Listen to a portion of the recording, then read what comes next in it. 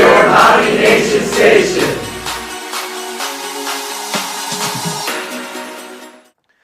Welcome back, Miami Nation Station. I'm Aiden, and this is Chelsea. We're back on top of things right after MIPA competition. Yeah, we did pretty good. Yeah, I heard we got a lot of awards from last year. Yeah, we did. We excelled very well. First up today, we have the Mailman with Aderos and Zach with a Q. Next up, we have Word in the Hall with Meg and Kevin. I heard this week was about using strategies on the SAT for the juniors. Yeah, did you have good luck with the SAT, you think? I did. It was a pretty tough test. I felt like I took my time and got a good score. Those strategies really helped, didn't they? They did.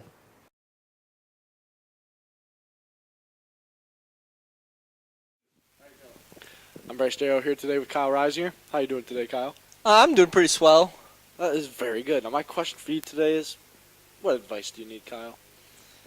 I'd like to know how to just properly, approach a girl, get a date, just get a girlfriend maybe, have her keep liking me, stuff like that. Now, there's a lot more Just get a to girl it. to like me. There's a lot more to it than just liking you. It depends on the kind of guy you are and the kind of girl she is. You're an athletic guy, depends if she's into athletics, You gotta know a little bit about this girl. But let's say it's just you and some random girl, none of that stuff matters. You go up to her, and there are signs. Say, if you're talking to her, she touches her neck, hair, face. That shows signs of attractions that scientists have proved, that they have researched and studied. Those show signs of attraction. So if you're talking to a girl, and she does one of those three things, there could be some significant attraction going on towards you. And also, if she approaches you and there is something in front of her, like a purse, and she moves it so you two can hug or something, she is also attracted to you. And dilated pupils also show attractiveness. So make sure you notice those fine details. Now, when you go up to a girl, make sure to introduce yourself. Hi, I'm Bryce Darrow. Nice to meet you. And eye contact is crucial. Okay, Kyle? Thank you. Just don't get too close to her face, because that might be a little weird. Yeah. So you probably introduce yourself. You ask her a little bit about her. What's your favorite thing? What Netflix shows does she like? What does she like to eat? What does she like on her pancakes? I'd say probably chocolate chips. Girls love chocolate chips. What about waffles? Does she like strawberries and Peanut whipped butter. cream on her waffles? Or just like, I don't know. Peanut butter. I don't know. You'll have to find that I'll stuff out. find it out. Yep, just introduce yourself and ask cool questions like that. Not basic ones like, how old are you? I mean, I don't know. Find out later. But just be interesting, Kyle. Don't be boring. I'll try my best. All right. Anything else you need to know? Is your mom off limits? My mom is, in fact, off limits. Anything else? No, that's all. All right, thank you. Have a wonderful day, Kyle. Yeah. I'm Bryce Darrow, today with Jordan Cooper. How you doing today, Jordan? I'm doing fantastic. How are you? That's great. I'm also great. And my question for you is, what advice do you need today? Anything at all? Well, I don't really need any advice, but if I was going to ask for some advice, it would be on how do I be a good driver? Well, there's many different ways to be a good driver, and it depends where you're driving. Back road, side road, city road, highway road. So it all depends. Say if you're on the highway, you want to be a passer. You want to drive by and get as far away from other cars as you want, because you see, you're not the bad driver. It's the people around you and how they react. So if you just hurry up and get by them and you're all alone, racing, you're on your own. You can be safe like that. Now if you're in the city, you want to drive a little slow because people like to hit their brakes, and who knows, a dog or a kid can run in front of you. And God forbid you hit one of them. I mean, you just want to stay slow, stay steady on those roads. Now country roads, you go flying if you want. Just make sure you have enough time to stop if there's a car in front of you, and make sure you know if there's a cop around. Maybe get on the police radio on your phone. There's an app. Just see if there's anyone around. So just see what's going on before you go. Thank you. Yeah, no problem. Anything else? How could I get good grades in school, do you say? How to get good grades in school? Well, it depends on what kind of student you are. Me, for example, I'm not really a homework guy or notes. I don't take notes or do much homework. But I do good on tests. It's just because I pay attention in class and I'm active in class. I talk to the teacher and to other students. I go up to the board and do stuff. Just be active in class. You don't really learn the stuff. You don't really need the homework and all that other nonsense. Notes, never look back at them while I take them. Just pay attention. And that's how you become a good student. That's very good advice. Yep.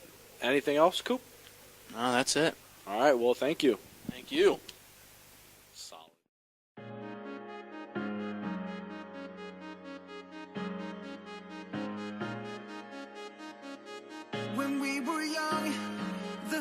place that's made us strong together. The night is young and we will not fall. You better follow us and spread the word. We got the passion. Kevin Zielinski here with Mrs. Ansbaugh, here to ask you a quick question. From an administrator's standpoint, how do you think Strategies for Success helps juniors prepare for the SAT?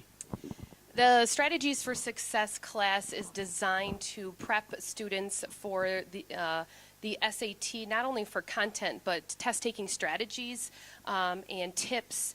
And also, I think what helps is teachers are able to prepare students for what to expect on the test.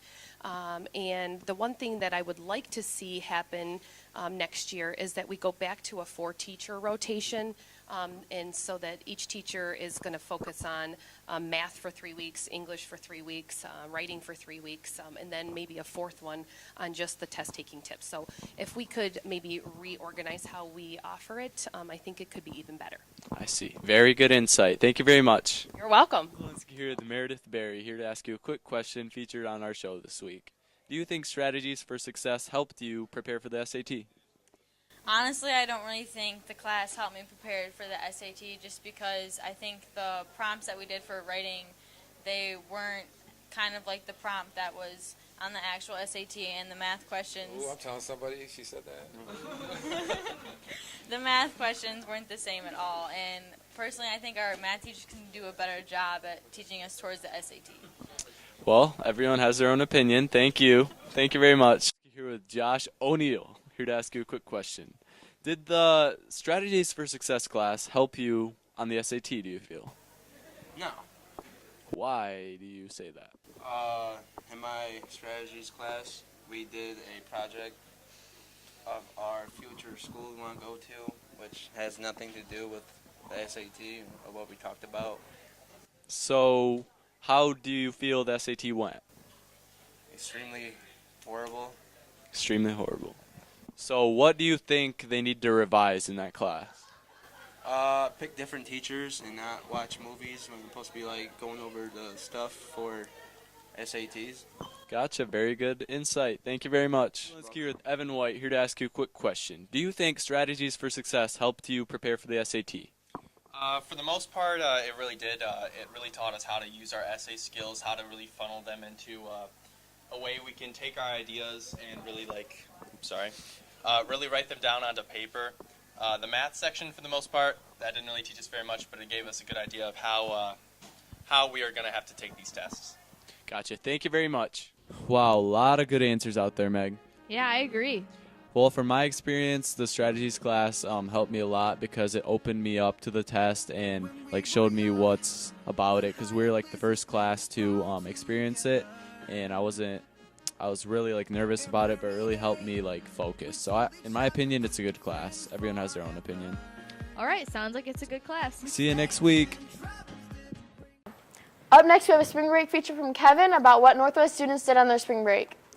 Next up, we have a sports news with Ricky Fonseca, Zach Summers, Zach Newhouse, and Austin Richmond. Our sports did pretty good this week, didn't they? Yeah, they did really well. I heard that we trumped every single team we played this year. Hey, Kevin, you know what I think would be interesting? What? To learn about what people did over spring break. You know what, Meg? That sounds like a great idea. Let's go do it. All right. Kevin Zielinski with Ella Bontrager, here to ask you a quick question. How was your spring break? Do any fun activities or? Yeah, I went to Florida and I went to the beach and the pool. What was the best part? Probably just relaxing and being able to go to the beach. Sounds great. Thanks, Ella. Kevin Zielinski here with Brendan Mortimer, here to ask you a quick question. What's up? How was your spring break? What did you do? I went to Florida with my family and was on the beach for a while. That's about it. Participate in any fun activities? No. What do you mean? You didn't have fun at all? I mean, it was alright, but I didn't really have any friends to hang out with, so. Oh. Well, at least you enjoyed the weather. Yeah, it was pretty cool. Did you get burnt? No. Good. Well, thank you for the interview. You're welcome. Kevin Zielinski here with Logan Young, here to ask you a quick question. How was your spring break? What did you do? My spring break was awesome. I went to St. Petersburg Beach, Florida. It was a blast. Enjoy it? I did. A lot of fun activities? Yeah, we went to some outlet malls, Went to beach little fun places on the beach. We ate on the beach. Walked on the beach. Standing on the beach. We sat on the beach. No. And I also swam on the beach. Wow. You swam on the beach? Yes. Not in the water, on the beach? No, on the water, on the beach. So not in the water, on the beach, in the water? Yes. So the beach had water in it? Yeah. Makes sense. Thank you, Logan. Yes. Wow, Kevin, looks like our student body had quite the spring break. Yep. What'd you do over break, Meg? I visited my family in Arizona. Ooh, that's a lot of fun. Yeah, it's really warm there. Well, everyone loved the time off, so see you next time.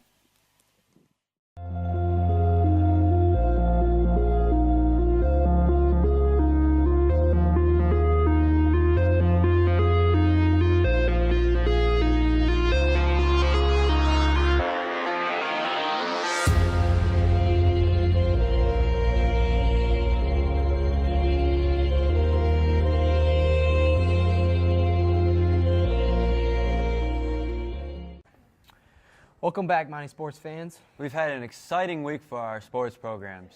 Last Tuesday, the boys golf team traveled to Onstead for a quad match. The boys posted a team score of 177, sweeping the four-team event. Last Tuesday, the varsity softball team swept Jackson High 16-0 and 18-3. Girls tennis started off their season with a loss to Onstead 7-1. Girls varsity soccer won 3-2 against Adrian. In track, the boys came away with a win on Wednesday against Hastings, 102.5 to 60.5, while the girls lost 116 to 41 against Hastings.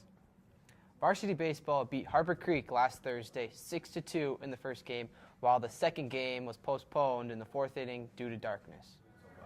I feel the team is doing really good right now, but I feel like we can do a lot better because we have 2 losses on the season already against teams that we should be beating. But I feel like as the season goes on, we should be able to win a lot more games than we are right now. I'm doing fine pitching right now, but my hitting is not doing very good, but it'll probably get better as the year goes on. Some things that the team should improve on are we probably shouldn't give as many runs, like freebie runs that we do. We give a lot of runs on walks that we shouldn't be, and we need to knock those down. For myself, I would probably need to improve on just not trying to hit it over the fence every single time and trying to put the bat on the ball and hit singles for average. Varsity softball had 2 huge wins against Harbor Creek last Thursday, winning 12-0 and 19-1. On Saturday, girls varsity soccer lost a hard-fought battle to Jackson High 2-1. That's all for this week's sports. As always, I'm Austin. I'm Zach. And this is your Mountie Sports. So to end out our show today, we have the first half of Space Rings from Austin Copeland.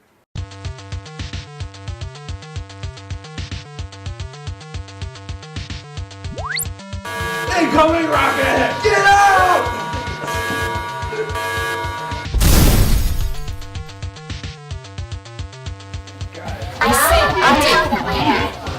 Did someone say in a relationship? Oh no!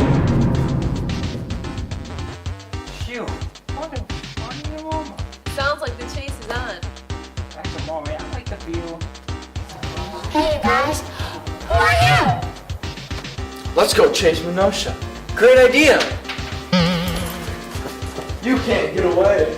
Once.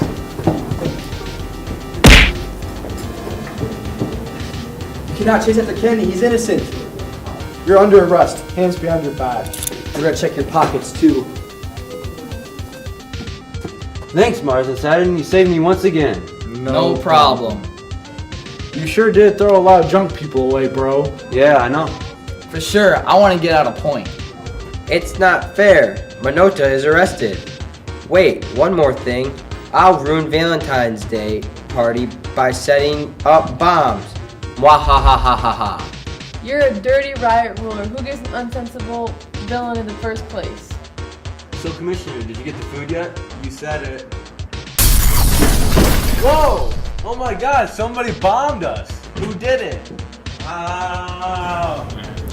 I know who did it. It's that no good Knocker Keister ruler who can eat lying dirty person who gives a grit as you come towards the party with your evil time that pussifies the show, that pulls to your raider in a bad time for the tension ruler of space. Saturn, that's nice that you recognize the name. Can he get up? We need help! Get him! I'm alive. So that's it for your show today, Mountie Nation. As always, I'm Chelsea. And I'm Aiden. And that's your Mountie Nation station.